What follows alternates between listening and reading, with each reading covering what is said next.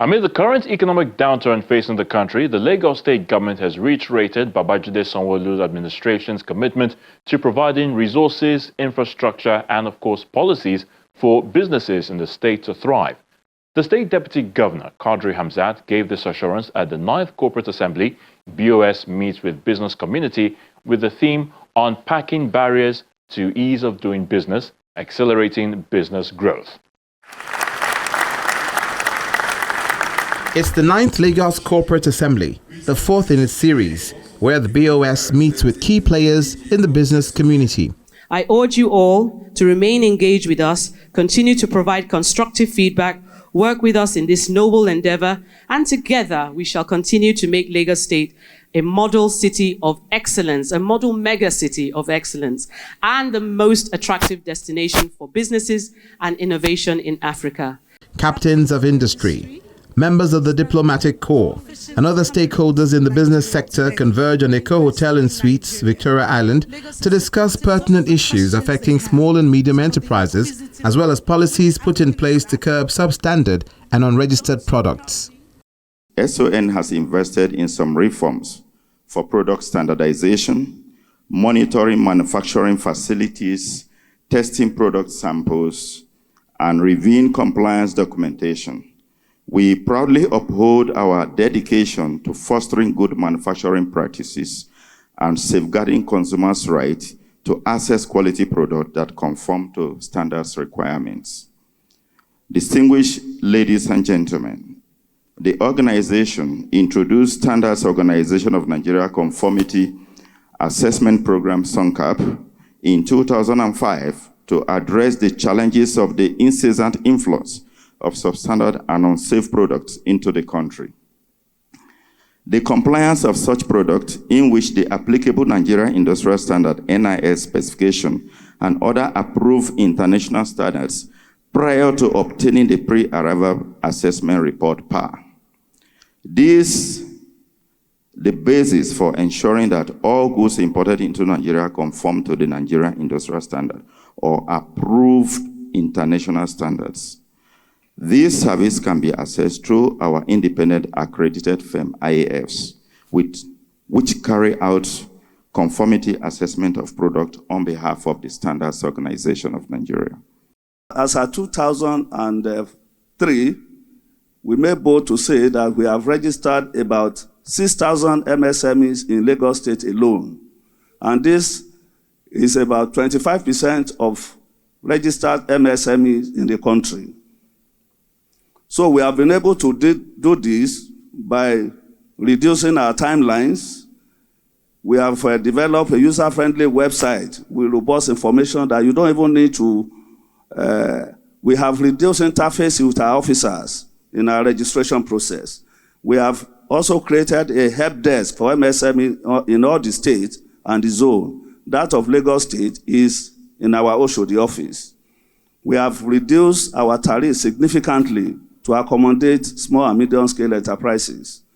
And we have also decentralized our registration to the zones so that somebody in Kano, somebody in Maiduguri does not need to come to Lagos to register their product. You can easily do it at the zonal level.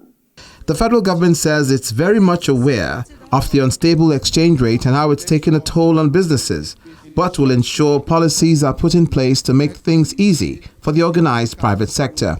Accelerating diversification, which is where His Excellency Mr. President has rested his 8-point agenda for this administration. This particular mandate fits in the entire 8-point agenda. We support 6 directly and 2 indirectly as an enabler for the work that they do. Now, the presidential priorities, number 7 of which is accelerating diversification, also closely related to number 1, which speaks to the macro environment that we all operate in. And just to say some of the things that we all know, interconnectivity, accelerating power, many of you need power, access to finance, the policies that these 6 ministries are focusing on, So I'm putting this in the context of what the federal government is currently implementing. And all this information is publicly available on the website of the Central Delivery Coordinating Unit, CDCU. And the tracking of it is open to the public as well.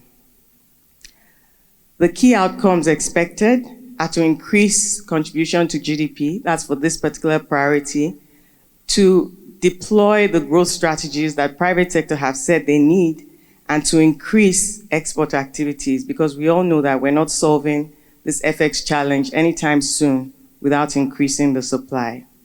Lagos, being the commercial nerve center of the country, attracts investors. What better time than now to assure business owners that the state is safe for investment?